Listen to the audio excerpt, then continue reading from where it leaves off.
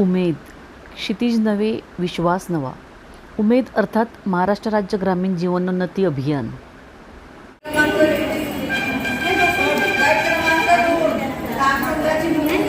आम्ही विषय घेतला उपजीविका. आता स्थळ आहे ग्रामसंघ. भूमिका आहे रणनीतीमध्ये आम्ही टेलरिंग घेतलं. टेलरिंगमध्ये काय कार्य काय घेतलं तर टेलरिंग घेतलं. टेलरिंगमध्ये पूर्वतयारी काय केली तर गटातून आम्ही 30 महिला शोधल्या ज्यांना टेलरिंग येतं. नंतर अपेक्षित परिणाम काय तर 30 महिला मिळाल्या. नंतर आता नियोजन करायचं होतं. मग नियोजन करताना काय केलं त्या 30 महिलांचे कागदपत्र जमा केली पहिली गटात, कारण त्यांना आपल्याला संपूर्ण ट्रेनिंग वगैरे द्यायचं आहे म्हणून. नंतर पूर्वतयारी काय केली त्या 30 महिलांमध्ये आम्हाला लक्षात आलं की 20 योग्य महिला ज्यांना टेलरिंग व्यवस्थित येतं आणि त्याच्या 10 महिला आहेत ज्यांना ट्रेनिंग द्यावी लागली. मग त्यांची ती पूर्वतयारी केली आम्ही. नंतर अपेक्षित परिणाम त्याच्यातल्या असं मिळालं की 20 महिला आम्हाला परफेक्ट ट्रेनिंग म्हणजे टेलर म्हणून असं मिळालं की त्यांना व्यवस्थित ट्रेनिंग झालेलं होतं. सनियंत्रण मशीन आमचं नियंत्रणमध्ये आम्ही काय केलं ग्रामपंचायतीमधनं आम्हाला लेटर देऊन मशीनची मागणी केली आणि त्यांची कागदपत्र जमा केली. नंतर त्याच्यासाठी पूर्वतयारी काय केली उरलेल्या 10 महिलांना ट्रेनिंग दिलं. नंतर त्याची अपेक्षित परिणाम म्हणजे पूर्ण 30 महिला तयार झाल्या की बाबा त्या टेलरिंग करू शकतात म्हणून जे आम्हाला अपेक्षित आहेत त्या. नंतर त्यांचा आढावा घेतला. आढावामध्ये आम्ही काय केलं ग्रामपंचायतमधून 5 मशिनी आम्हाला मिळाल्या होत्या. आम्ही लेटर दिल्याप्रमाणे आम्हाला ग्रामपंचायतला 5 मशिनरी मिळाल्या.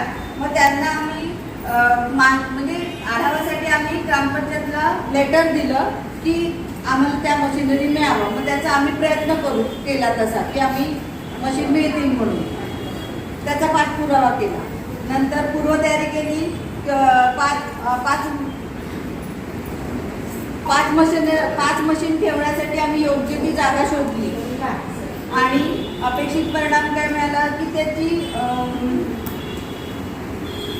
की आम्ही त्या महिलांकडनं त्या सगळं जो आम्ही कच्चा माल वगैरे मागवलेला त्याची तयारी करण्यासाठी योग्य तयारी करून घेतली त्याची. आता मूल्यांकनमध्ये काय झालं 30 पैकी 25 महिलांनी योग्य दर्जाचे शिवण केले. म्हणजे आम्ही जे त्यांना टार्गेट दिलेलं होतं शिवणासाठी त्यातले 25 महिलांनी योग्य शिवण केले. नंतर योग्य दर्जाचे आणि मग बाकीच्या उरलेल्यांना आम्ही योग्य प्रशिक्षण दिले आणि नंतर युनिट म्हणजे या आमच्या सगळ्या कामासाठी एक युनिट उभं केलं व्यवस्थित.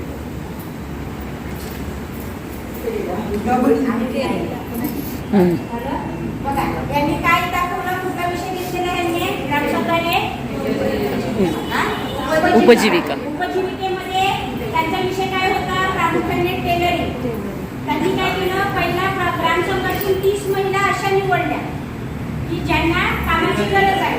त्यांना पहिला ट्रेनिंग दिलं बरोबर आहे. त्यांना ट्रेनिंग दिलं. नंतर ग्रामपंचायतमधून मशीनची मागणी केली ग्रामसंघाच्या मदतीने आणि मशीन मागणी केल्यानंतर त्या ज्या 30 ट्रेनर त्यांच्या तयार झाल्या होत्या पुढे आता त्या जाऊन पूर्ण गावामध्ये जेवढ्या पण उद्योजिका आहेत किंवा टेलरिंग करण्यासारखे आहेत त्यांना प्रशिक्षण देण्याची तयारी दाखवली. म्हणजे ग्रामसंघाने उपजीविकेकडे एक पाऊल उचलले. हे सर्व आपण विजन 1 पासून बघत आलेलो आहोत का? आपण विजन 1 मध्ये स्वप्न बघायला सांगितले होते बरोबर आहे. ते स्वप्न पूर्ण करण्यासाठी विजन 3 पर्यंत आपण काय बघत आहोत की ते स्वप्न पूर्ण कसं करायचं. विजन 3 मध्ये तुम्ही शिकत आहात की फक्त कागदावर मांडलं म्हणून झालं नाही. त्याची तयारी कशी करायची आहे, त्याची पूर्वतयारी काय असली पाहिजे, त्याचा परिणाम काय असला पाहिजे हे पण आपल्याला बघणं आपण शिकायचं. म्हणून आपण ही जी ऍक्टिव्हिटी आहे ही घेत आहोत. आलं लक्षात. म्हणजे विजन 3 मध्ये आपण शिकत आहोत की स्वप्न पूर्ण करण्याकरता आपल्याला एक एक स्टेप एक एक पायरी कशी पुढे जायची. क्लिअर आहे. बोला. मला एकच बोलायचं होतं की आता स्वनियंत्रणमध्ये त्यांनी कार्य हातात काय घेतलंय तर ग्रामपंचायतमधून मशीनची मागणी करायची बरोबर. मग पूर्वतयारीमध्ये उरलेल्या 10 महिन्याला ट्रेनिंग दिलं कसं काय येणार. मशीनची मागणी ग्रामपंचायतमध्ये करायचं ठरवलं त्यांनी बरोबर. मग पूर्वतयारी त्याच्यासाठी काय केली आणि मग त्याचा अपेक्षित परिणाम काय झाला. म्हणजे ग्रामपंचायतमध्ये त्यांनी काय कोटेशन वगैरे दिले का, जोडले का त्याचे मशिनीचे वगैरे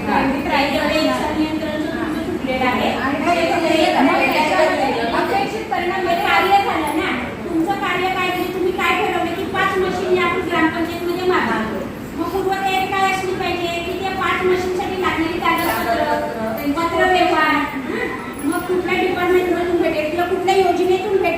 त्याच्या संबंधातली कागदपत्र आणि पूर्वतयारीमध्ये पाहिजे.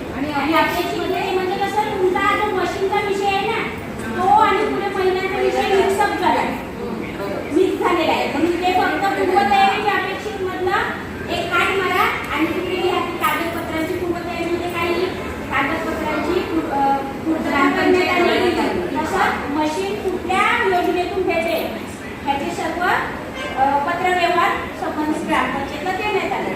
आणि अपेक्षित परिणाम काय तर ग्रामपंचायतने त्याला मंजुरी देऊन 5 मशीन देण्याची दिल्या किंवा देण्याचं कबुली दिली किंवा मंजुरी दिली असं करा. आणि पुढे मग काय ग्रामपंचायत 5 मशीनी मिळाल्या प्रयत्न करून 5 मशीनी ठेवण्यासाठी जागे राहा. मग पुढच्या ते आढाव्यामध्ये तुम्ही घेतलं की आता इथे पण आढाव्यामध्ये 5 मशीनी भेटल्या 20 जणींना ट्रेनिंग दिलेली आहे ते येऊन द्या. आढावा घेता येत ना तुम्ही ग्रामसंघाचा.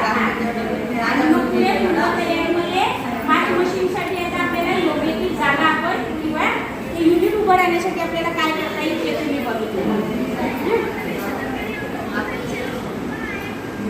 30पैकी 25 महिलांचे शिवण योग्य होते मूल्यांकनमध्ये. तसंच 5 मशीनची पूर्तता झालेली आहे. पूर्वतयारीमध्ये पूर्वतयारीमध्ये आता या 5 मशीनसाठी आपण युनिट उभं करणार आहोत. आणि मग पुढे अपेक्षित परिणाम काय होईल की ग्रामसंघाचं स्वतःचं प्रशिक्षण केंद्र सुरू होईल. हे परिणाममध्ये ठीक आहे. थोडीशी सुधारणा करून घ्या ठीक आहे. चला यांनी पण छान प्रयत्न केलाय. काय द्यायचं आहे ना छान टाळी देऊया. छान टाळी सुरू करायची सुरू कर. छान छान छान छान छान छान छान छान छान. आमचा विषय आहे संस्था प्रगतीकरण. त्यामध्ये प्रशिक्षण. त्यामध्ये आमचा विषय आहे प्रभाग स्तर आणि प्रभाग भूमिका रणनीती. प्रशिक्षणाच्या भूमिका रणनीती त्यामध्ये पदाधिकारी कार्यामध्ये येईल. पदाधिकारी जबाबदारी प्रशिक्षण. 2 नंबर समिती प्रशिक्षण. 3 नंबर कर्मचारी प्रशिक्षण. त्याच्यासाठी आम्ही पूर्वतयारी केलेली आहे. प्रशिक्षण निवडली. प्रशिक्षणार्थी म्हणजे पदाधिकारी 7 ग्राम सांगायचे. 7 ग्राम संघामध्ये मधून 2 EC 14 कर्मचारी निवडले. त्याच्यामध्ये 10 कर्मचारी आणि समित्यांच्या प्रशिक्षणामध्ये समितीतील सदस्य यांची यादी तयार करण्यात आली.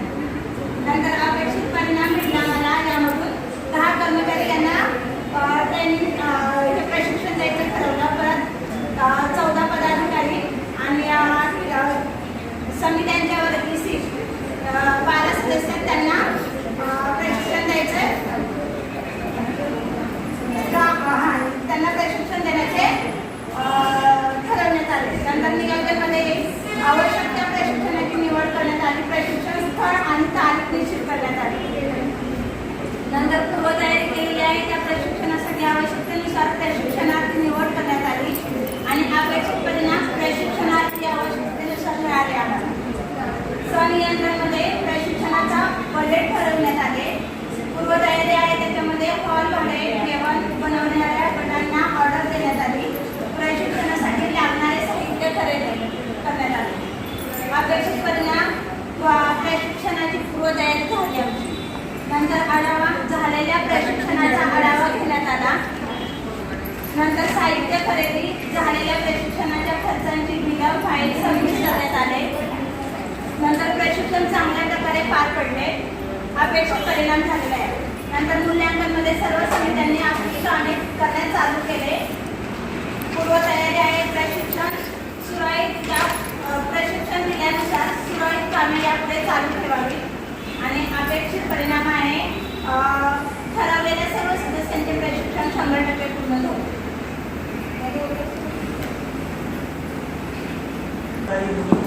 जेव्हा स्थापन झाला तेव्हा दिलेल्या होत्या डिप्रेशन पाहिजे असं म्हणायचं तुम्हाला. दिलेला माहीत असेल दिलं नसेल तर आपण ते जर घ्या. कर्मचारी प्रशिक्षण म्हणजे जिथे आपली लेखापाल असेल आणि कॅडर असेल. लेखापाल आणि कॅडर सिरियस मॅनेजर एक असेल तो पण यांना प्रशिक्षण देऊन त्यांच्या भूमिका जबाबदाऱ्या आहेत तुम्हाला माहीत पाहिजे. त्यांच्यापेक्षा जास्त तुम्हाला माहीत पाहिजे. पदाधिकाऱ्यांना माहीत पाहिजे. कारण तुम्हाला जर माहीत असेल त्यांचं काम करून घेण्याची जबाबदारी तुमची आहे ते करणार का.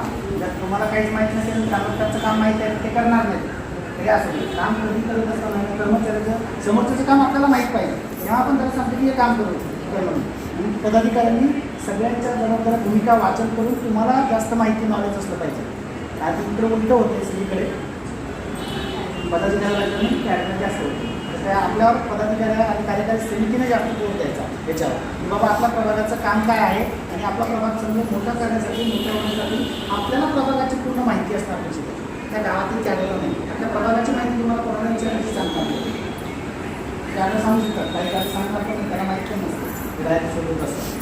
ठीक आहे तर हे तुम्हाला माहीत असणं अपेक्षित आहे. आता पूर्व परिणाम जो अपेक्षित परिणाम ते काय आहे तयारी तुम्ही माहीत आहे तयारी करायला काय लागतं बा कोणाचं ट्रेनिंग कधी लावायचं आहे काय करायचं आहे त्यांना कोणत्या वेळेला द्यायचं आहे ते पण आहे त्याच्यामध्ये. अपेक्षित परिणाम काय आहे की तुम्हाला एखादं काम करायचं असेल ना ते काम त्या कॅडरला किंवा त्या कर्मचाऱ्याला करण्या अगोदर त्यांना माहिती आता प्रमाणे हे काम करायचं आहे हे काम जर आपण वेळेत नाही केलं तुमच्या निवाऱ्या आढावाला हे मला विचारणार कोण विचारणार तर कार्यकारी समिती कारण कार्यकारी समितीला माहिती आहे की मी हे काम माझं काम आहे म्हणून हे विचारू शकतात. त्याचा अपेक्षित परिणाम ऑटोमॅटिक होणार नाही. हे कार्य तुम्ही व्यवस्थित केलं तर हा परिणाम कधी होतो कोणतंही कार्य जर चांगलं आणि वाईट जर तुम्ही व्यवस्थित केलं त्याचा परिणाम चांगला आणि वाईट हे आपल्यावर डिपेंड आहे. कार्य म्हणजे काय काम कर्म जे तुम्ही कार्य करणार त्याचे परिणाम चांगले किंवा वाईट कधी होणार तुमचं काम चांगलं असेल तर तुमचं काम चांगलं असेल तर परिणामाची काही चिंता करू नका परिणाम चांगलेच होणार फक्त कार्य तुमचं चांगलं असलं पाहिजे. कुठलं पण जे कार्य करणार ते चांगलं असलं ना तुमचं काम चांगलं होणार व्यवस्थित सगळं परिणामाची चिंता आपण परिणाम आपल्या हातात नसतो. परिणाम कोणता